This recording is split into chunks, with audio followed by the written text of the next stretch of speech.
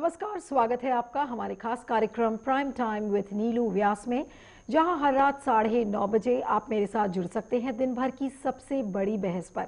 एक ऐसी बहस जहां हम बात करते हैं बड़े मुद्दों की, उनके हर पहलू की। आपको बहलाने की कोशिश नहीं, बल्कि आपके सामने सारे तथ्यों को सामने रखते हैं और फिर आप राय बनाते हैं। हमारी पॉलिसी है कि अगर हम विपक्ष से सवाल करते हैं तो उतने ही सवाल सत्ता से भी पूछते हैं, ताकि मुद्दों की गहराई तक पहुंचा जा सके। किसान आंदोलन को आज पूरे 29 दिन हो गए हैं और गतिरोध की स्थिति बढ़ती ही जा रही है।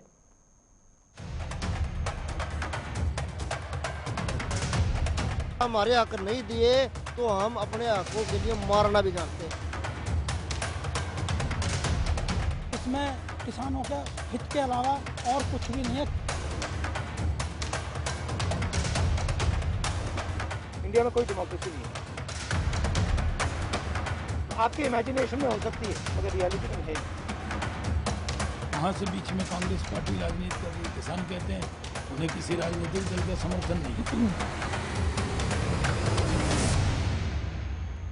तो ऐसा लगता है कि बातचीत का कोई स्कोप अब नहीं बचा है। एक तरफ किसान अपने आंदोलन को और तेज करने की बात कर रहे हैं, तो दूसरी तरफ सरकार बहुत से किसानों का समर्थन जुटाने में लग गई है। इसके अलावा आज कांग्रेस के पूर्व अध्यक्ष राहुल गांधी ने राष्ट्रपति रामनाथ कोविंद को 2 करोड़ हस्ताक्षरों के साथ एक ज्ञापन दिया और राष्ट्रपति से तीनों कानूनों को वापस लिए जाने की मांग की। साथ ही राहुल गांधी ने कहा कि देश में अब लोकतंत्र सिर्फ ख्याली है, जमीनी हकीकत में लोकतंत्र नदारत है, ऐसा राहुल गांधी ने कहा। क्या भारत के लोकतंत्र में किसानों को अपनी बात कहने का हक नहीं? चलिए शुरू करते हैं आज की बड़ी बहस पे, लेकिन नजर डालते हैं आज के टॉकिंग पॉइंट्स पर। क्या किसानों और सरकार के बीच बातचीत का कॉन्सेप्ट खत्म हो गया है? क्या किसान आंदोलन बढ़ चुका है? क्योंकि एक तरफ किसान समर्थन कर रहे हैं, दूसरी तरफ विरोध कर रहे हैं। क्या पूरा जोर समर्थन वर्सेस प्रदर्शन पर है? गेंद अब किसके पाले में है, सरकार या किसान? क्या किसी भी कानून का विरोध करना गुनाह है? और लोकतंत्र के परिप्रेक्ष्य में कैसे देखें ये किसान आंदोलन? तो ये सारे बड़े सवाल हैं आज, और कहीं से भी अभी इस गतिरोध के टूटने की स्थिति कहीं से भी नजर नहीं आ रही है। अभी आज दोपहर में देखा था कि जो कृषि मंत्री हैं नरेंद्र सिंह तोमर, उन्होंने एक चिट्ठी लिखी वापस किसानों को। उन्होंने कहा कि खुले मन से बातचीत करने के लिए हम तैयार हैं और समय और तारीख किसानों को तय करनी है। तो बड़ा सवाल ये है कि ये गतिरोध कैसे टूटेगा, क्योंकि किसान सिर्फ एक ही बात पर अड़े हैं। उनका कहना है कि ये तीनों कृषि कानून अगर वापस नहीं लिए जाएंगे तो वो वापस बॉर्डर से नहीं हटेंगे, यानी कि आंदोलन खत्म होने का कोई भी चांस अभी नजर नहीं आ रहा है। तो चलिए आज की बहस शुरू करते हैं और सारे मेहमानों से आपका परिचय करवाती हूं। हमारे साथ जुड़ रहे हैं बीजेपी प्रवक्ता संदीप द्विवेदी जी, आपका बहुत बहुत स्वागत है। अरुण त्रिपाठी जी कांग्रेस के प्रवक्ता हैं, आपका भी बहुत बहुत स्वागत है। हमारे साथ जुड़ रहे हैं राम आशीष राय, जो कि प्रेसिडेंट हैं राष्ट्रीय किसान सभा के, आपका भी बहुत बहुत स्वागत है। और हमारे साथ जुड़ रहे हैं जाने माने वरिष्ठ पत्रकार विजय ग्रोवर। विजय, आपका भी बहुत बहुत स्वागत है। मेरा सवाल इस समय आज संदीप द्विवेदी से है और उनसे मैं आज की बहस खोलूंगी कि संदीप, किधर जाता हुआ मसला ये देख रहे हैं? क्योंकि एक तरफ किसानों से बातचीत करने की बात करती है सरकार, दूसरी तरफ आज जिस तरह से बागपत के इतने सारे किसान आज नरेंद्र सिंह तोमर को मिलने के लिए गए और उन्होंने कहा कि उन्होंने समर्थन किया है तीनों कृषि कानून का, तो क्या ये समर्थन वर्सेस प्रदर्शन की लड़ाई बन गई है? पिछले कई बार मैंने डिबेट में भी बात कही है कि यहाँ 99% किसानों की सरकार बात करे या 1% किसान की बात करे, आज 99% किसान इस देश के कानून के तीनों कानूनों के समर्थन में कहीं ना कहीं अपने घरों में बैठा हुआ है और अपनी फसल को आराम से कहीं ना कहीं वो काम कर रहा है। दूसरी चीज, एक किसानों का तबका जो भी, वो 1% किसानों का तबका वो भी है जो कुछ किसानों के मुद्दे भी जायज हैं जिनकी वजह से नाराज है, और कुछ कहीं ना कहीं राजनीतिक सरगर्मियां भी हैं जिनकी वजह से जानबूझ के उसको कहीं ना कहीं बिठाया भी गया है। तो कहीं ना कहीं आज देखिए सरकार के बीच में समस्या है कि सरकार को दोनों तबकों के बीच में सामंजस्य लेके चलना है। सरकार किसी एक तबके के लिए दूसरे तबके को नाराज नहीं कर सकती है। तो कहीं ना कहीं सरकार आज भी उसी चीज पे अड़ी हुई है कि भाई आप ये तो बताइए कि इन कानूनों में समस्या क्या है, और जो कहते हैं कि भाई तीनों कानून हटाइए तभी हम जाएंगे, तो पंजाब में कौन से कानून लागू हो गए? पंजाब का किसान फिर क्या क्यों धरने पे बैठा हुआ है? तो ये मैं फिर वही कहूंगा कि जिस तरीके से आज एक दल के युवराज आज पहुंचे थे, ये फिर मैं वही कहूंगा कि नूरा कुश्ती हो रही है उनकी ताजपोशी के लिए, और कहीं ना कहीं आज वो सरगर्मी भी दिखाई दी। ये सवाल मैं अरुण त्रिपाठी से करती हूँ कि अरुण जी, संदीप जी कह रहे हैं कि ये पूरी नूरा कुश्ती हो रही है ताजपोशी की, राहुल गांधी के या प्रियंका गांधी के। प्रियंका गांधी तो आज डिटेन हो गई थी और उन्होंने कोशिश की कि वो मार्च करके राष्ट्रपति भवन तक जाएं, लेकिन विजय चौक से ये पॉसिबल नहीं हो पाया। लेकिन राहुल गांधी का इस तरीके से निकलकर सामने आना और ये कहना कि देश में लोकतंत्र बचा ही नहीं है और जो लोकतंत्र है वो इमेजिनेशन में है, ख्याली है, ये बातें कहना कितना सही है इस समय पर? जी देखिए, ऐसा है कि राहुल गांधी जी ने वही कहा जो सत्य है। आपने देखा होगा कि जिस प्रकार से ये बिल पारित किया गया, वहां भी लोकतंत्र की मर्यादा को तार तार करते हुए, जब बहुमत नहीं था राज्यसभा में, उसके बावजूद भी ध्वनिमत से बिल को पास किया गया। उसके बाद विपक्षी दल के नेता गांधी जी के प्रतिमा के पास में धरने पर बैठे, आपको ज्ञात होगा। उप सभापति महोदय चाय पिलाने गए, ये भी ज्ञात होगा। अगर गलतियां नहीं थी तो उप सभापति महोदय गए क्यों थे? इसका मतलब कि वहां गलतियां की गई थी। उसके बाद लोकतंत्र कहता है कि इस देश में अगर 99 व्यक्ति अगर विरोध करे या एक व्यक्ति विरोध करे, विरोध होता है। और उस बिल का विरोध कर रहे किसानों के ऊपर वाटर कैनन का पानी छुड़वाना, गोलियां बरसाना, लाठी डंडे चलवाना और उनको बॉर्डर पे रोक देना जैसे वो इस देश के हैं ही नहीं। राष्ट्र की बात हो रही है तो वो राष्ट्र के निर्माण करता है। नहीं, लेकिन अरुण जी मुझे ये बताइए, अरुण जी ये बताइए कि बिहार में जो महागठबंधन में कांग्रेस का परफॉर्मेंस रहा वो बहुत ही बिल्कुल बिलो द पार परफॉर्मेंस था। उसके बाद हैदराबाद के जो नगर निगम के चुनाव हुए थे उसमें भी बिलो द पार परफॉर्मेंस था। तो आज कहीं ना कहीं किसानों के कंधों पर चलकर आप अपने कार्डर्स को मोटिवेट करने की तो नहीं कोशिश कर रहे कि चलो कम से कम किसानों के बहाने ही सही कांग्रेस की राजनीति जिंदा रहेगी? आज इस तरीके के एलिगेशंस भी कांग्रेस पर लग रहे हैं। नहीं, देखिए, सत्ता पक्ष आज के समय में हिटलर का ही पे आ गया और वो आरोप विपक्ष पे लगाता है। आज तक लोकतंत्र में यही होता था कि जो भी पार्टियां विपक्ष में होती थी, विपक्ष का काफी अनुभव है भारतीय जनता पार्टी के पास, तो जो भी पार्टियां विपक्ष में होती थी वो जनता की आवाज होती थी। आपको ये पता है, लोकतंत्र की यही खूबी है कि ये सत्ता दल में चला जाता है और ये विपक्ष में रहता है चुनाव के बाद में, और विपक्ष जनता की आवाज होती है। जनता के दुख और दर्द को सरकार तक पहुंचाने का माध्यम जो है वो विपक्ष का है। आज अगर किसान आंदोलनरत है तो कांग्रेस पार्टी का दायित्व और जिम्मेदारी बनती है कि उनको समर्थन दे, उनके आवाज को और बुलंद करके सरकार तक पहुंचाए। हमारे नेता आदरणीय राहुल गांधी जी ने वही किया। जब सरकार नहीं सुन रहा था ये आवाज, तो 2 करोड़ किसानों के दुख दर्द का चिट्ठी लिखा हुआ जो पत्र था, उस पत्र को लेकर के महामहिम राष्ट्रपति के पास आज नहीं, अब जो किसानों का दुख दर्द है वो कांग्रेस समझती है या बीजेपी, ये मैं किसान नेता से ही पूछ लेती हूँ। हमारे साथ राम आशीष राय जुड़ रहे हैं। राम आशीष जी, मुझे ये बताइए कि आज राहुल गांधी 2 करोड़ किसानों के हस्ताक्षर लेकर आज राष्ट्रपति के पास ज्ञापन लेकर पहुंचे। उन्होंने ये दिखाया कि उनके पास 2 करोड़ लोगों का समर्थन है। उधर बागपत में जो किसान मजदूर संघ है, और आज 1-2 खेमे से और खबरें आ रही कि किस तरीके से किसान उतरे हैं ये कहने के लिए कि ये जो तीनों कृषि कानून है उनको वापस ना लिया जाए क्योंकि वो किसानों के हित में है। तो आज क्या किसानों का समुदाय बट गया है या सरकार किसानों को तोड़ने की कोशिश कर रही है, उनकी एकता को तोड़ने की कोशिश कर रही है? देखिए नीलिमा जी, ये जब भी देश में कोई इस प्रकार का आंदोलन होता है जो आम आदमी के सवाल को लेकर के होता है, तो राजनीतिक दल पक्ष में रहे हो या विपक्ष में रहे, विपक्ष का काम ही है आलोचना करना। अगर आम देश की जनता तक उतर गई है तो जो राजनीतिक दल जो जो जनता की आवाज में आवाज मिलाएगा ही, लेकिन सत्ता में रहने के बाद जो भी सरकारें रही हैं वो हमेशा अपने फैसले को ढाल के रूप में प्रस्तुत करने के लिए किसानों का, गरीबों का इस तरह से जमावड़ा करके अपनी पार्टी के कैडरों से अपनी बात को सही सिद्ध करने के लिए, सत्य सिद्ध करने के लिए ये प्रयास करती रही है। ये पहले भी होता रहा है, आज भी हो रहा है। इसलिए आज सवाल ये नहीं है कि इस किसान आंदोलन का समर्थन कोई राजनीतिक दल कर रहा है या राजनीतिक दलों की किसी मिलीभगत से हो रहा है। ये आम किसानों का ये आंदोलन है। ये जो अभी हमारे द्विवेदी जी कह रहे थे कि केवल 1% 1% लोग आंदोलन कर रहे हैं, ऐसी कोई बात नहीं है। पूरे हिंदुस्तान के 99% लोगों का इस आंदोलन के पक्ष में समर्थन है।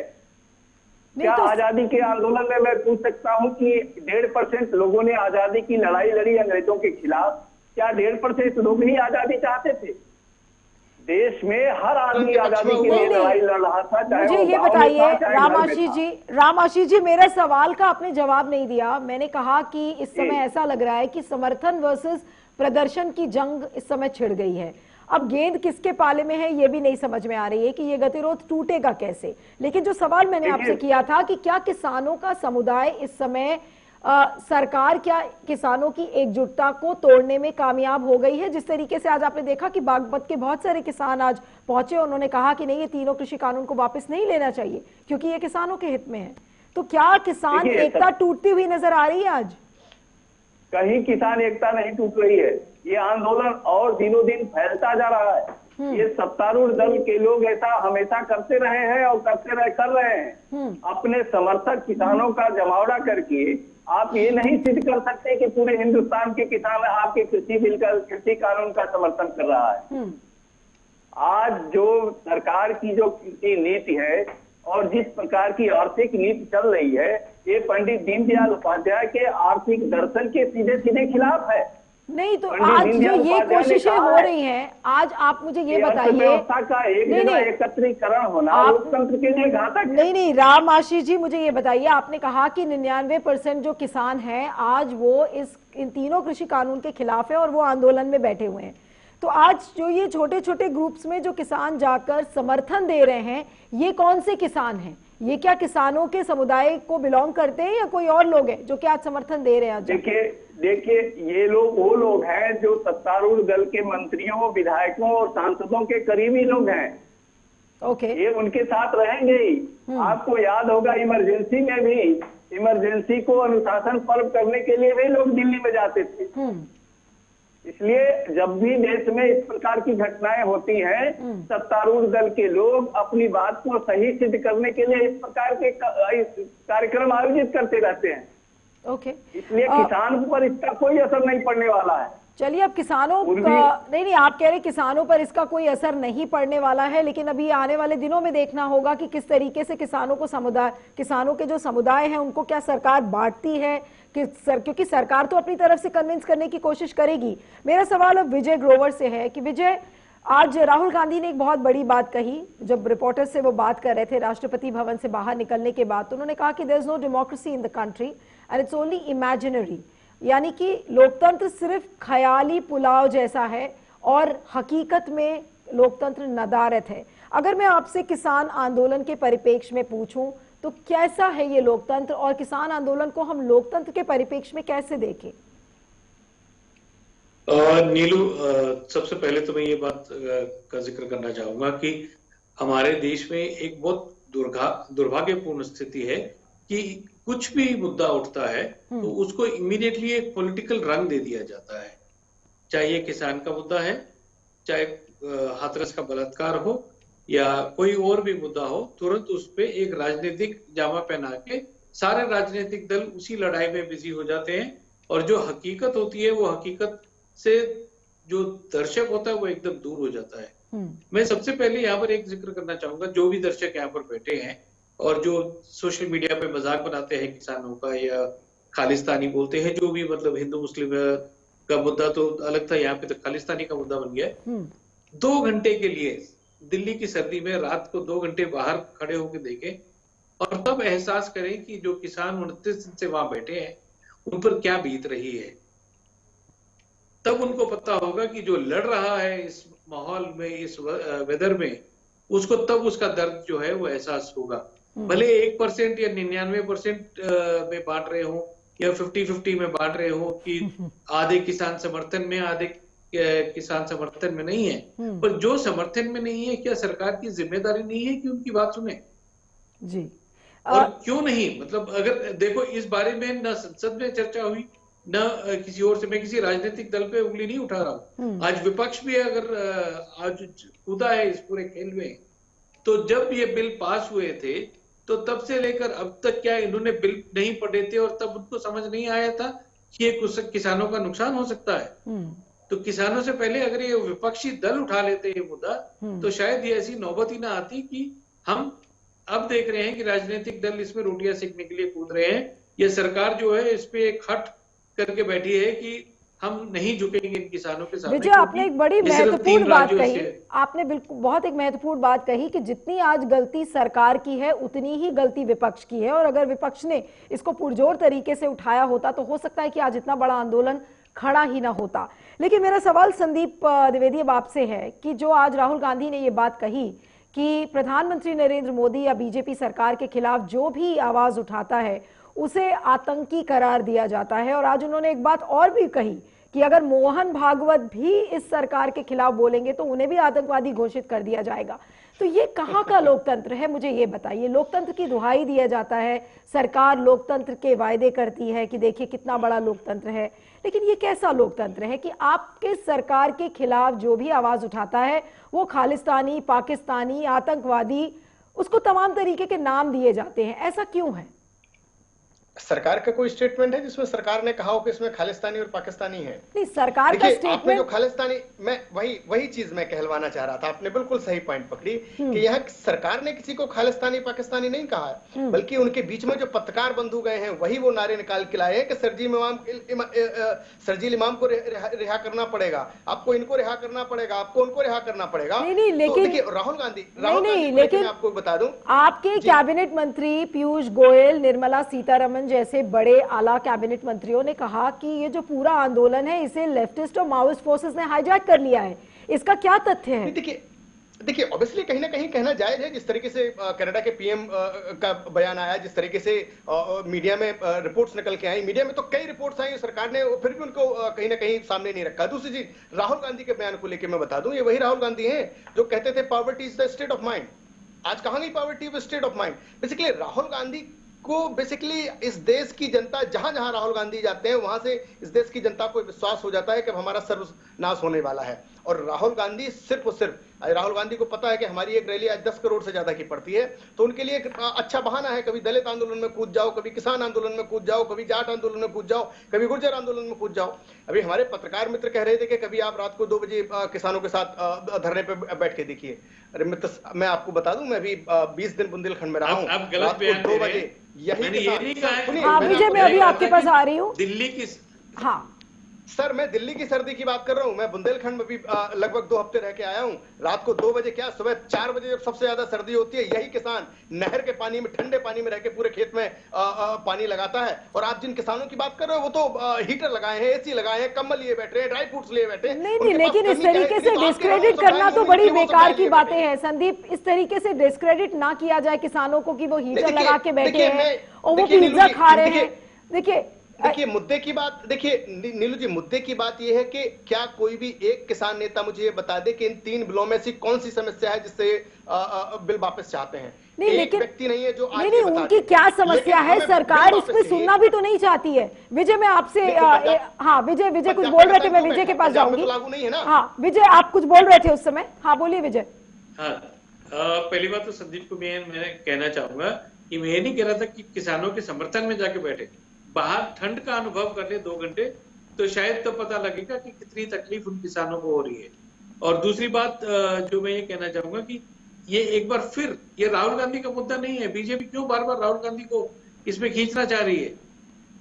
ये किसानों का मुद्दा है। किसानों के मुद्दे पे अगर बात करें सरकार, आप क्यों? वो तो कहीं ना कहीं पब्लिक के सामने है। राहुल गांधी को अब दिखने लगा है कि ये मुद्दा खत्म हो रहा है, जितना बेनिफिट मिल सकता है मिलो, इसके बाद अरुण, अगर आप लाइन पर हैं, अरुण आप इसका जवाब दीजिए कि राहुल गांधी ऐसा क्यों होता है कि जब मुद्दे सब खत्म होने लगते हैं तो एंड मौके पर कूदकर और वो किसी न किसी तरीके से ये साबित करना चाहते हैं कि देखिए उन्होंने किसानों की आवाज उठाई। फिर हाथरस केस में भी ऐसे ही हुआ। तो जितने तमाम ऐसी जो इश्यूज हैं जहां पर विपक्ष को पहले से थोड़ा सा प्रोएक्टिव होना चाहिए, वो लास्ट मोमेंट पे जाते हैं और अपनी प्रोएक्टिविटी दिखाते हैं। तो ये क्या शोभा देता है इस तरीके की राजनीति करना विपक्ष को? जी देखिए नीलू जी, भारतीय जनता पार्टी के मित्र बैठे हुए हैं और बड़बोले प्रवक्ता हैं, ये कुछ भी बोल सकते हैं। देखिए इनका बोलने का बड़े तरीका है। आपने इनसे सवाल किया कि जो बैठे हुए किसान है उनको खालिस्तानी बोला जा रहा है, तो सरकार की तरफ से तो किसी ने नहीं बोला। ये तो मीडिया का देन है, पत्रकार बोल रहे हैं। देखिए कितनी तरीके, मतलब देश के चौथे स्तंभ पे भी ये उंगली प्रश्न चिन्ह खड़ा करने में कोई गुरेज नहीं करते, इतने अहंकार में डूब चुके हैं ये। उसके बाद आपने कहा कि नहीं, मंत्रीगण बोल रहे हैं कि ये माओवादी और लेफ्टिस्ट का है, तो उसके बाद क्या बोलेंगे? नहीं, राहुल गांधी ने क्या क्या दिया। अब राहुल गांधी की बात कर रहे हैं। पहली बात, इन लोगों को ये समझना चाहिए कि तजुर्बा राहुल गांधी के पास ज्यादा है, आपके पास कम है, ये बात आप जानते हैं। आप पहले शुरू कर दिए कि भैया ये आतंकवादी हैं, नक्सलाइट हैं, ये हैं, वो हैं। उसके बाद जब वो रोटी नहीं गली तो उसके बाद कह दिए कि कांग्रेस के मैनिफेस्टो में था। अरे भाई, कांग्रेस के ही अगर मैनिफेस्टो से काम करना था तो आप लोग मैनिफेस्टो क्यों बनाते हैं? फिर हमारा ही मैनिफेस्टो लेकर के काम करते हैं। सुन लीजिए मैडम, सुन लीजिए, आप मुझे बोलने दीजिए, मैं सुन रहा था। उसके बाद ये कहते हैं कि राहुल गांधी ने 10 करोड़ की रैलियां करते हैं, इस वजह से वो सोचे कि रैली नहीं करेंगे, अब इसमें जाएंगे। अब इनसे पूछा जाए कि हमने तो कभी नहीं कहा कि 10 करोड़ की रैली होती है, लेकिन इन्होंने कहा कि 10 करोड़ की रैली होती है। अगर 10 करोड़ की रैली होती है तो 2014 में 360 रैलियां किए थे मोदी जी। 10 करोड़ के हिसाब से कितनी खर्चे आ गए उस रैली की? नहीं, लेकिन ये रैली देखिए, रैली की इकोनॉमिक्स में मैं नहीं जाना चाहती हूँ। अरुण जी एक सेकंड, अरुण जी, संदीप और अरुण जी, देखिए हम लोग सब उस डिबेट से भटक जाएंगे। सुन लीजिए मेरी बात, मैं पूरे डिबेट को भटकाना नहीं चाहती हूँ। देखिए आज के डिबेट का मुद्दा सुन लीजिए अरुण जी और संदीप जी। संदीप जी, आज के डिबेट का मुद्दा रैलीज की इकोनॉमिक्स पे नहीं है, देश की जनता के ऊपर। नहीं, सुन लीजिए, आज के डिबेट का मुद्दा रैली की इकोनॉमिक्स नहीं है। मैं सवाल अब करूंगी राम आशीष राय जी से। मुझे ये बताइए कि अभी आंदोलन किधर जाता हुआ दिख रहा है? आज भी कृषि मंत्रालय की तरफ से एक चिट्ठी गई है किसानों को, ये कहा गया है कि वो खुले मन से बातचीत करने के लिए तैयार हैं। अब क्या आप बातचीत करने के लिए तैयार हैं या आप एक ये लंबे आंदोलन की तैयारी कर चुके हैं? आज इस चीज को साफ साफ बताइए। देखिए, किसान आज भी सरकार से पॉजिटिव जवाब चाहते हैं। वो चाहते हैं कि हमारी समस्या का समाधान हो। वो कोई आंदोलन एक सेकंड संदीप, एक सेकंड, आप मैं अभी आती हूँ आपके पास। हाँ बोलिए। हाँ समस्या का समाधान करने के लिए बैठे हुए हैं और उसमें किसी भी राजनीतिक दल का कोई हाथ है और न कोई उसके पीछे उनकी शक्ति काम कर रही है। ये शुद्ध रूप से किसानों का आंदोलन है और ये कभी देश के अन्य भागों में भी छोटे छोटे आंदोलन चलते रहे हैं हमेशा। नहीं, लेकिन रामाशीष जी मुझे ये बताइए कि संदीप अभी पूछ रहे थे कि समस्या क्या है किसानों की, तो क्या किसान सरकार को नहीं समझा पा रहे हैं या सरकार किसानों को नहीं समझ पा रही है? मुझे अभी ये चीज क्लियर नहीं है। आप दोनों के बीच में जो गतिरोध बना है, कौन किसको समझ नहीं पा रहा है? सरकार नहीं समझ रही है, किसान नहीं समझ रहा है? देखिए, सरकार समझते हुए भी नासमझ बनी हुई है। ओके। ये पूरे शांता कुमार की कमेटी जो गठित हुई थी उसने बताई थी कि देश में एमएसपी में केवल 6% लोगों की खरीद होती है। किसान के लिए न्यूनतम समर्थन मूल्य घोषित होता है, लेकिन किसान को कभी भी वह समर्थन मूल्य उन्हें नहीं मिलता है। बिचौलिए और बाजार के उस पर हावी हो जाता है। इसलिए किसानों की ये मांग बहुत दिन से देश में चल रही है कि हमारी जो समर्थन मूल्य है, जो न्यूनतम समर्थन मूल्य है, वो हमें प्राप्त होना चाहिए। नहीं, आज भी जो सारे किसान हैं रामाशीष जी, किसान सारे आज एमएसपी को लेकर परेशान हैं। अब आज की ही चिट्ठी का अगर मैं जिक्र करूं, संदीप से मैं ये सवाल करूंगी कि जो तोमर साहब के ऑफिस से जो चिट्ठी गई है आज किसानों को, उसमें ये लिखा है कि एमएसपी को लेकर ज्यादा बातचीत इसमें करना उचित नहीं है, लेकिन तीनों कृषि कानून को लेकर आपकी अगर कोई समस्याएं हैं तो उस पर सरकार खुले मन से विचार कर सकती है। अब इसके क्या मायने हैं? एमएसपी को लेकर ही शंकाएं हैं किसानों के मन में और एमएसपी को ही लेकर सरकार बात नहीं करती है, तो ये क्या मैं इसकी ये कौन सी बातचीत है? ये बातचीत के क्या मायने? सरकार की नीयत सही नहीं है। एक सेकंड, संदीप से इसका जवाब ले लेते हैं, संदीप से इसका जवाब ले लेते हैं। जी संदीप बोलिए। देखिए, एमएसपी निर्धारित करने के लिए कमेटी है और वो कहीं ना कहीं समय समय पर एमएसपी निर्धारित करती रहती है। अब उसमें अगर बदलाव होने हैं तो वो एक अलग प्रोसेस है, उसको आप इन 3 कानूनों के साथ नहीं जोड़ सकते। अभी कहीं ना कहीं आंदोलन इन 3 कानूनों को लेके आए हैं, इन 3 कानूनों के विरोध में लेके आए, तो आप बताइए इन तीनों में कानूनों में क्या दिक्कत है? बताइए रामाशीष जी, अगर उस पर कोई सुझाव है तो आप वो दीजिए। ओके रामाशीष जी बोलिए, क्या क्या समस्या है? आपकी प्रॉब्लम एमएसपी है या 3 कृषि कानून है? देखिए, दोनों प्रॉब्लम है। एमएसपी भी है और ये तीनों कृषि कानून भी है। पहला ये है कि कृषि कानून ने कहा कि जमाखोरी एक्ट को समाप्त कर दिया जाए। इस जमाखोरी के कारण पूरे देश में 200 रुपए किलो दाल खरीदने पर विवश हुआ था। इस जमाखोरी के कारण इस पूरे देश में 140 से 180 रुपए किलो प्याज बिकी है। अभी 65 रुपए किलो आलू बिका है। सरसों का तेल रात दिन बढ़ रहा है जमाखोरी के कारण। 1955 में जो जमाखोरी एक्ट लागू हुआ था, स्वर्गीय लाल बहादुर शास्त्री हमारे देश के किसानों के हितैषी प्रधानमंत्री थे। उन्होंने किसानों के साथ जो अन्याय हो रहा था उसको उन्होंने रोकने के लिए, उपभोक्ता के साथ जो अन्याय हो रहा था उसे रोकने के लिए जमाखोरी एक्ट बनाया गया था। आज ये जमाखोरी एक्ट जो है वो उपभोक्ता को भी, किसान को भी, सबको परेशान कर देगा। इसलिए जमाखोरी एक्ट जो बना है, जो खत्म किया गया है, उस पर आपत्ति है। संदीप, दूसरा काम है संदीप, हाँ नीलू जी मुझे भी 2 मिनट। हाँ मैं भी अभी आपके पास आ रही हूँ। जो प्राइवेट मंडियां स्थापित करने की बात हो रही है, ये प्राइवेट मंडियां जो है सरकारी मंडियों को समाप्त कर देगी, चलन से बाहर कर देगी। और एक दिन ऐसा आएगा कि किसान को, जैसे आज 1000 रुपए कुंटल धान बेचना पड़ रहा है, 1866 रुपया धान की कीमत तय हुई है एमएसपी से, और गांव जो है व्यापारी उन्हें 1000, 1100, 1200 रुपए क्विंटल खरीद रहे हैं। किसका नुकसान हो रहा है? करोड़ों, लाखों करोड़ों किसान का बर्बाद हो गया, लूट गए किसान।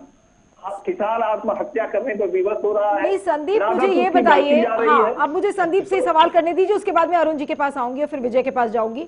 संदीप, जो मेरा सवाल है, कल मैं दिन भर वहां सिंघू बॉर्डर पर गई थी और मैं एक निष्पक्ष पत्रकारिता में विश्वास करती हूं और उस लिहाज से आपसे मैं ये सवाल कर रही हूं कि कल वहां पर ऐसे बहुत सारे किसान थे जिन्होंने मुझसे ये कहा कि मैडम, आपको संजीदगी तब समझ में आएगी जब आपके घर में आटा 150 रुपए किलो में खरीदा जाएगा। तो उसके बाद थोड़ी देर के लिए मैं भी सोचने लगी कि अगर मुझे 150 रुपए किलो में आटा खरीदना पड़ेगा तो क्या होगा। तो ये सब जो डर है किसानों के मन में, और कल शशि थरूर ने भी एक ट्वीट किया था कि सरकार पहले कानून को पास कर देती है बिना कंसल्टेशन के, उसके बाद बातचीत के लिए तैयार होती है, बातचीत करने के लिए तैयार होती है लेकिन किसानों को सुनती नहीं है। तो ऐसी बातचीत का क्या फायदा जब आप किसानों को सुनने के लिए तैयार नहीं है? देखिए, अगर 29 में से 27 मांगे मान ली गई तो इसका मतलब ऐसा तो नहीं है कि सरकार ने नहीं सुनी बातें, और ऐसा भी नहीं कि सरकार ने सुनने के बाद अनसुनी कर दी हो। नहीं, लेकिन जो किसानों का तर्क है कि अगर 29 में से 27 बातें आपने मान ली हैं तो इसका मतलब पूरे कृषि कानून का जो ढांचा है वो कहीं ना कहीं गलत है। नहीं, देखिए, उसमें ढांचे में गलत नहीं, उसमें जो किसानों की शंकाएं थी, बेसिक सी चीज थी। जैसे सरकार ने कहा था पैन कार्ड पे पहले खरीदारी हो सकती है, किसान ने कहा नहीं रजिस्टर्ड फॉर्म से होना चाहिए, सरकार ने कहा ठीक है हम बदलाव कर देंगे। किसानों की समस्या थी कि भाई एसडीएम एक लोअर लेवल अथॉरिटी है और मुझे लगता है कि हायर लेवल पे भी हमें पेमेंट को लेकर जाना चाहिए, सरकार ने कहा ठीक है भाई हम ऐसे कर देंगे। बेसिक चीजें थी, इसमें मतलब ऐसा नहीं था कि कोई बहुत ऐसा बड़ा कोई बदलाव था जो सरकार ने एक्ट में शामिल ना किया हो। तो अब आप कह रहे हैं कि जो किसान है वो जबरदस्ती की जिद कर रहे हैं और अड़ गए, आपके कहने का ये मतलब? नहीं, देखिए, अब अगर किसान कहें कि भाई शर्जील इमाम को छोड़िए, देशद्रोहियों पे जो नहीं, शर्जील इमाम को छोड़ दीजिए, let's not confuse the issue. Sandeep, यहाँ मैं शर्जील इमाम की बात ही नहीं करना चाह रही हूँ, let's talk about farmers today. जो सरकार को, नीलू जी, इन्होंने जो सरकार को लेटर दिया था उसमें 5वां पॉइंट पढ़ा था आपने? क्या था उसमें? स्पष्ट लिखा था कि सरकार ने जितने भी इंटेलेक्चुअल, जितने भी राइटर, जितने भी कवि, जितने भी अवार्ड वापसी गैंग के लोग हैं, इनको सरकार ने जिन धाराओं में लगाई उनके केस वापस लिए जाए। अरुण जी बताइए, अरुण जी नहीं, मैं अरुण जी से सवाल करूंगी। अरुण जी बताइए कि ये जो किसानों की मांगे हैं, ये आपने भी पढ़ी होगी, कांग्रेस के पार्टी के हर सदस्य ने पढ़ा होगा। मुझे ये बताइए कि जो बार बार ये बातें कही जा रही कि इंटेलेक्चुअल्स को छोड़ा जाए और शारजील इमाम की जो बातें बीच में हो रही हैं, तो ये कहीं ना कहीं पूरे आंदोलन को भटका नहीं रहा है? और बार बार जो ये आरोप लग रहे हैं कि विपक्षी पार्टीज गुमराह कर रही है किसानों को, तो ये तो पॉइंट इसको वैलिडेट करता है। देखिए नीलू जी, संदीप जी जो बैठे हुए हैं, ये भारतीय जनता पार्टी के प्रवक्ता हैं, संगठन के प्रवक्ता हैं, सरकार के प्रवक्ता नहीं है। मेरा ये मानना है सरकार को स्पष्टीकरण देना चाहिए कि किस किस ने चिट्ठी लिखी है और किसकी किसकी रिहाई की मांग की जा रही है। सरकार ने आज तक कोई स्पष्ट नहीं किया है, ना प्रधानमंत्री जी ने कोई संबोधन किया। प्रधानमंत्री जी 3 दिन से 1200-1500 किलोमीटर दूर जाकर के रैलियां संबोधन कर रहे हैं, कभी विश्वगुरु बन रहे हैं, कभी आचार्य बन रहे हैं, लेकिन कोई ऐसा उन्होंने स्टेटमेंट नहीं दिया कि हाँ इसके किसान आंदोलन जो चल रहा है इसमें रिहाई की मांग की जा रही है। और किसी भी मंत्री ने ऐसा स्टेटमेंट नहीं दिया। तो भाई साहब को पहले तो ये सोचना चाहिए कि कोई भी चीज बोल रहे हैं नेशनल टीवी पे तो थोड़ा सा धैर्यता से बोले और समझ करके बोले। दूसरी चीज नीलू जी, इस बात को समझने वाली है कि आज अगर कृषि मंत्री जी पत्र लिख रहे हैं तो क्यों लिख रहे हैं? वो लिख रहे हैं कि खुले मन से हम आपके बातों को सुनना चाहते हैं। क्या आपने जो 6 बार किसानों की बात सुना वो बंद मन से सुना था? क्या कुंठित मन से सुना था? क्या आपकी विचारधारा कुंठित थी? आप उस 6 मीटिंग में आप कर क्या रहे थे? 5 मीटिंग, अब छठी मीटिंग के लिए बुलाया गया है। अब छठी मीटिंग के लिए किसानों को बुलाया गया। नीलू जी, दूसरी चीज एक मैं बात आपके चैनल के माध्यम से कहना चाहता हूँ। देखिए, ये बहुत बड़ा स्कैम होने वाला है कृषि बिल को लेकर के, आप इस बात को समझिए। कांग्रेस पार्टी इसी वजह से आगाह कर रही है। आपने देखा होगा कोरोना काल में जब लॉकडाउन हुआ था तो सबसे पहले देश के असंगठित लोग जो 47 करोड़ हैं उनको कैसे रोजमर्रा की जिंदगी से उबारा जाए, कैसे उनको रोजी रोटी मुहैया कराया जाए। कांग्रेस अध्यक्षा श्रीमती सोनिया गांधी जी ने प्रधानमंत्री को एक पत्र लिखा। पत्र में लिखा था कि 10-10 किलो इन लोगों को राशन दिया जाए ताकि ये 2 जून की रोटी खा सके। प्रधानमंत्री जी को लगा कि अरे इसके पहले राहुल गांधी ने कहा कोरोना आ जाएगा, लॉकडाउन करो, हम नहीं करेंगे। 20 दिन बाद किए। इसके बाद सोनिया गांधी जी ने कह दिया कि इनको अनाज दो। अरे कैसे अनाज दे सकते हैं? 20 दिन बाद फिर 5-5 किलो अनाज पे आ गए। फिर प्रधानमंत्री जी को ये ज्ञात है कि ये अनाज आ कहां से रहा है, ये अनाज रखा कहां था इतने दिनों से, मुझे पता नहीं। हमारे खाद्य भंडार में इतना अनाज कांग्रेस ने छिपा के रखा था इस देश के इस स्थिति के लिए। तब उनको समझ में आया कि अनाज खरीदा कैसे गया।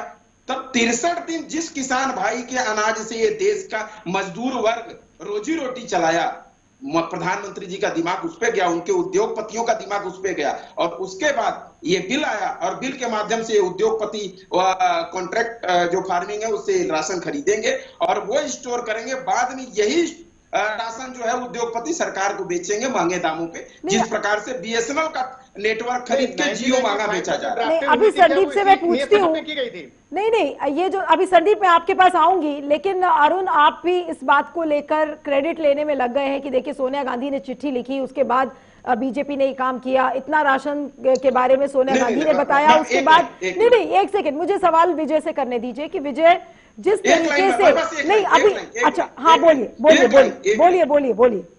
देखिए मैम, एक लाइन में मैं बोलूंगा कि एक अकेला नेता राहुल गांधी ऐसे थे जो कोरोना काल में प्रेस कॉन्फ्रेंस की और प्रेस वार्ता के दौरान सभी पत्रकारों की बातों का जवाब दिए। उन्होंने उसी समय स्पष्ट कर दिया था कि मुझे किसी भी प्रकार का क्रेडिट नहीं चाहिए, सरकार को जो हम सुझाव दे रहे हैं वो सुझाव माने या ना माने लेकिन हम सुझाव देते रहेंगे। धन्यवाद, आगे बढ़िए।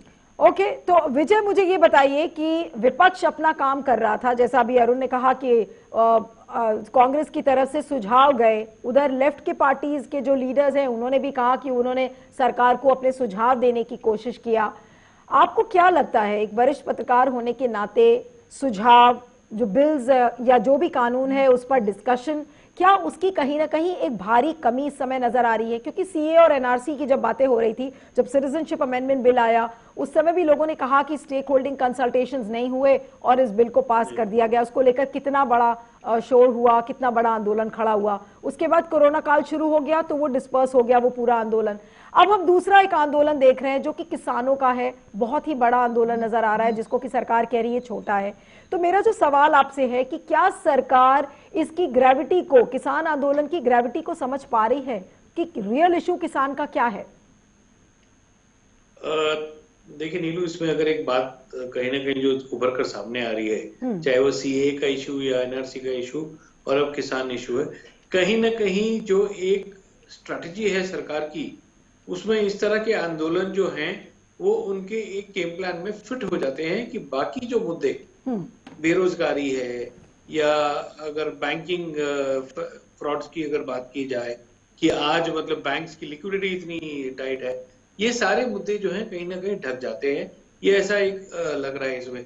लेकिन अगर बात की जाए वापस से किसान बिल की, अगर बोल रहे हैं कि 27 क्लॉजेस चेंज हो गई, और एक सवाल क्योंकि यहाँ पे दक्षिण में हमसे पूछा जाता है कि दक्षिण के किसान क्यों नहीं आ रहे एमएसपी को लेकर, या क्यों नहीं इस मुद्दे पर इतना सवाल कर रहे, क्योंकि यहाँ पर जो सिस्टम बने हुए हैं वो सिस्टम सरकार के सामने थे और वो देखा है। ई मंडी का कॉन्सेप्ट जो कर्नाटक में एसएम कृष्णा के समय से चल रहा था, 2000 में एक कॉन्सेप्ट लॉन्च हुआ था ई मंडी, जहां एपीएमसी के फ्रेमवर्क के अंदर ही डिजिटल मंडीज बनी हुई हैं, जहां पे कि किसान को ऑप्शन था बेचने का। क्या सरकार को ये मालूम नहीं? सरकार को बिल्कुल मालूम है ये चीजें। तो अब एक अलग मंडी का प्रावधान बनाने की जगह अगर सरकार मॉडर्नाइजेशन भी करना चाहती है, कहती है कि जो एग्जिस्टिंग मंडी जो है खराब है, बिचौलिए है बीच में, तो ये क्या टेक्नोलॉजी के बेसिस पर with in the APMC framework क्या ये ऑप्शन नहीं दिए जा सकते थे? क्योंकि हमने देखा है कर्नाटक में कि किस तरह से इसका भरपूर फायदा उठाया गया है। बिल्कुल। और ये चीजें जो हैं हम देखते हैं कि कर्नाटक हो या आंध्र प्रदेश हो या तमिलनाडु हो, इन राज्यों में इन मुद्दों को लेकर के किसान को कभी भी अपनी फसल बेचने को लेकर के ज्यादा चिंता नहीं करनी पड़ी है, एक्सेप्ट दाल के मुद्दे में। क्योंकि दाल का एमएसपी सेंट्रल कंट्रोल, और वहां पर जो है वो चीजें जो बताइए संदीप, बताइए संदीप, इसका जवाब दीजिए जो विजय कह रहे हैं। देखिए, पहली चीज तो मुझे लगता है कि विजय जी को याद होगा बुंदेलखंड साउथ में नहीं है, बिहार साउथ में नहीं है, छत्तीसगढ़ साउथ में नहीं है। विजय जी आपको एक परिप्रेक्ष्य बता रहे हैं, एक एस्पेक्ट बता रहे हैं साउथ का। सुन तो लीजिए संदीप, विजय ने आपको सिर्फ बताया कि जो एग्जिस्टिंग सिस्टम्स हैं साउथ में एग्जिस्ट करते हैं। विजय ने हमको बैंगलोर से ज्वाइन किया है, बहुत ही जाने माने और वरिष्ठ पत्रकार है, वो अपने एक्सपीरियंसेस को बता रहे हैं, उन्होंने क्या फील किया साउथ में, तो उसके बेसिस पर जी बताइए। जी, साउथ से अगर ये बाहर निकलेंगे तो मध्य प्रदेश में भी ये सिस्टम लागू है, आपका छत्तीसगढ़ में भी बीजेपी। हाँ बोलिए संदीप। ऐसा नहीं है कि सरकार ने प्रॉपरली इस पे काम किया है, लेकिन पंजाब, हरियाणा और थोड़ा सा पश्चिमी मध्य प्रदेश में 249 मंडियों में से भाई साहब सुन लीजिए 46 मंडियां बंद हो गई। सरकार ने 3 दिन पहले नोटिफिकेशन निकाला, इस पे आप क्या जवाब देंगे? जिस कानून को बना के सुन लीजिए ना भाई, एक सेकंड अरुण, उनको पूरी बात कर लेने दीजिए। 46 मंडियां बंद हो गई। संदीप को बात कर लेने दीजिए। अरुण मैं आपके पास आती हूँ। हाँ संदीप बोलिए। अरुण जी को जब यही पता नहीं होता कि ये कानून बना कब है और इम्प्लीमेंट कब हुआ है, और कहने लगते हैं कि रातों रात नहीं, हम लोगों को कहाँ पता है? हम लोगों को कुछ नहीं पता। इस देश में एक राष्ट्रवादी है नरेंद्र मोदी, एक ही विश्वगुरु है नरेंद्र मोदी। एक सेकंड अरुण, एक सेकंड संदीप, हाँ अपनी बात को पूरा करने दीजिए। राहुल गांधी और गांधी परिवार को दलाली पसंद होगी। मैं बोल दिया ना, एक ही व्यक्ति है नरेंद्र मोदी जो कि कोरोना भी ठीक कर सकते हैं, किसानों की आय भी बढ़ा सकते हैं। अरुण एक सेकंड, अरुण एक सेकंड, इस व्यू पर एक ही व्यक्ति है। अरुण अगर हम इस तरीके से तूती मैंने करेंगे तो फिर तो डिबेट हो चुका। लेना पड़ रहा है। संदीप मुझे ये बताइए, आपने विजय की बातों का जवाब नहीं दिया। आपने कहा कि छत्तीसगढ़ में भी मंडी है, एमपी में भी मंडी है, लेकिन कैसे आप अश्योर करेंगे किसानों को? इस समय सबसे बड़ा मुद्दा ये है कि किसानों को आप अश्योर क्यों नहीं कर पा रहे? आप चौपाल कंडक्ट कर रहे हैं, आप प्रेस कॉन्फ्रेंसेस कर रहे हैं, और प्रधानमंत्री नरेंद्र मोदी बोलते हैं कि विपक्ष किसानों को भरगला रहा है, लेकिन जब रीएश्योरेंस की बात आती है, आश्वासन देने की बात आती है, तो आज ये सरकार आश्वासन देने में विफल क्यों नजर आ रही है? नहीं, देखिए ऐसा नहीं है। सरकार ने जिन किसानों को सरकार को समझाना था सरकार समझा चुकी है। अब जिनके पास समझने के लिए कुछ है ही नहीं, जिनके पास समस्या नहीं है, बस सिर्फ हॉस्पिटल में इसलिए आना है क्या देखने में अच्छा लग रहा है और भीड़ बढ़ानी और फ्री में खाने को मिल रहा है। नहीं तो आप भीड़ कौन बढ़ा? आप ये कह रहे हैं कि आप ये किसान जबरदस्ती का विरोध कर रहे हैं क्या? आपके कहने का ये मतलब है? मुझे नहीं, देखिए जब सरकार ने आपकी अधिकांश मान ली है, फिर भी आप इस पे अड़े हैं कि आप कानून हटाइए। भाई क्यों कानून हटाए? और जब पंजाब में लागू नहीं तो पंजाब का किसान यहाँ क्या कर रहा है? राम आशीष जी एक सेकेंड, मैं राम आशीष जी से आपके कमेंट्स चाहती हूँ। राम आशीष जी की ये आंदोलन अब किधर को जाता हुआ नजर आ रहा है आपको, मुझे ये बताइए। देखिए नीलम जी, एक कहावत है अपने यहाँ कि जाके पैर न फटी दवाई, ताके जाने तीर पर आई। वही हाल है। जो लोग किसानी नहीं किए हैं, न किसान के दुख दर्द जानते हैं, वो इसको भटकाना चाहते हैं पूरे आंदोलन को। रामाशीष जी, बुंदेलखंड से बिलोंग करता हूँ, इस देश का सबसे गरीब किसान रहता हूँ, मैं भी किसान परिवार से हूँ। उन किसानों के व्यापारियों को मत बताइए कि वो किसान है। इस कानून के विरुद्ध बुंदेलखंड मराठवाड़ा। एक सेकंड एक एक करके बोलिए। देखिए, एक एक करके नहीं बोलेंगे तो फिर किसी की बात ऑन एयर नहीं जा पाएगी। हाँ रामाशीष जी, बात पूरी करिए अपनी। देखिए, मेरा ये कहना है कि किसान अपने उत्पादन का लाभ उचित मूल्य चाहता है और इसके लिए वो उसकी पूरी लड़ाई है। ये सरकार से वो मांग कर रहा है कि हमारी सुरक्षा हो, हमारी जमीन की सुरक्षा हो, हमारे उत्पादन को लाभकारी मूल्य दिलाया जाए, इसके लिए पूरी लड़ाई है। नहीं, लेकिन सरकार तो तैयार है, आपकी समस्या सुनने के लिए सरकार तैयार है, फिर क्या दिक्कत है? सरकार नहीं तैयार है ना, सरकार तो कानून बनाए तैयार है। नहीं तो आप क्या रामाशीष जी मुझे एक लाइन में आपका आंसर चाहिए। आपके कहने का मतलब ये है कि सरकार झूठ बोल रही है, सरकार किसानों के साथ गलत कर रही है। सरकार की अगर नियत अच्छी होती तो एमएसपी पर कानून बना दी होती कि इसके नीचे खरीदना आपराधिक जुर्म होगा। जो है उससे नीचे कोई संदीप आपसे कमेंट चाहूंगी। संदीप, सरकार की नियत पर सवाल खड़े हो रहे हैं, सरकार की नियत पर सवाल खड़े हो रहे हैं, बताइए। देखिए, रामाशीष जी खुद अधूरी जानकारी के साथ बैठे हैं। जब सरकार इन बातों को मान चुकी है, आप उन्हीं बातों को यहाँ बार बार रख रहे हैं, तो मुझे लगता है बहस डिबेट का कोई जानकारी यहाँ किसी के पास नहीं है। एक सेकंड अरुण जी, अभी ले रही हूँ आपसे कमेंट। चुके हैं आपकी। चलिए एक मिनट, अब कोई कानून नहीं बनाया है। मेरे पास समय बहुत कम है, बहुत संक्षेप में अरुण जी से कमेंट लूंगी और फिर विजय जी से। हाँ अरुण बोलिए, आप क्या कह रहे हैं? देखिए नीलू जी, ऐसा है कि बार बार संदीप भाई मुझे या रामाशीष भाई को सबको ये बोल रहा है कि इनको समझ की कमी है, इनको कुछ भी मालूम नहीं है। बिल्कुल सही बात है। देखिए, ऐसा है कि जब कोरोना आया इस देश में तो प्रधानमंत्री जी ने कहा ताली बजाओ। एक टीवी पे बाबा आते थे, उनसे जब पूछा जाता था साहब मैं बहुत परेशान हूँ, काला पर्स रख लो, गोलगप्पे खा लो, तो वही है अब हमारे प्रधानमंत्री जी। वो कहते ताली बजाओ कोरोना चला जाएगा, किसानों की आय दुगनी हो जाएगी। किसान कह रहा साहब हमारा आय दुगनी कैसे होगा, जाओ हम कर देंगे। अरे भैया ये बिल नहीं चाहिए, किसान कह रहा नहीं ये बिल तुमको लेना पड़ेगा। अरे ऐसे नहीं चलता देश भाई, देश का स्ट्रक्चर बनाया जाता है। कोई भी चीज चाहिए तो स्ट्रक्चर के साथ। केंद्र इस समय हम लोग ना समझ है, विश्व गुरु ऐसा लग रहा है कि किसान मोहरा बन चुके हैं। नहीं, मुझे ऐसा लग रहा है कि किसान मोहरा बन चुके हैं विपक्ष और केंद्र सरकार के बीच में। विजय जी, आपसे चलते चलते एक कमेंट जानना चाहूंगी कि आपका सजेशन इस समय क्या है सरकार को और किसान को? क्या ये गतिरोध टूट पाएगा और अगर पाएगा तो कैसे? क्या होगा प्रिस्क्रिप्शन आपका? नीलू, अगर देखा जाए तो दोनों जो पक्ष हैं उनको खुले दिल से और खुले मन से इन बातों को एक दूसरे की समझना होगा।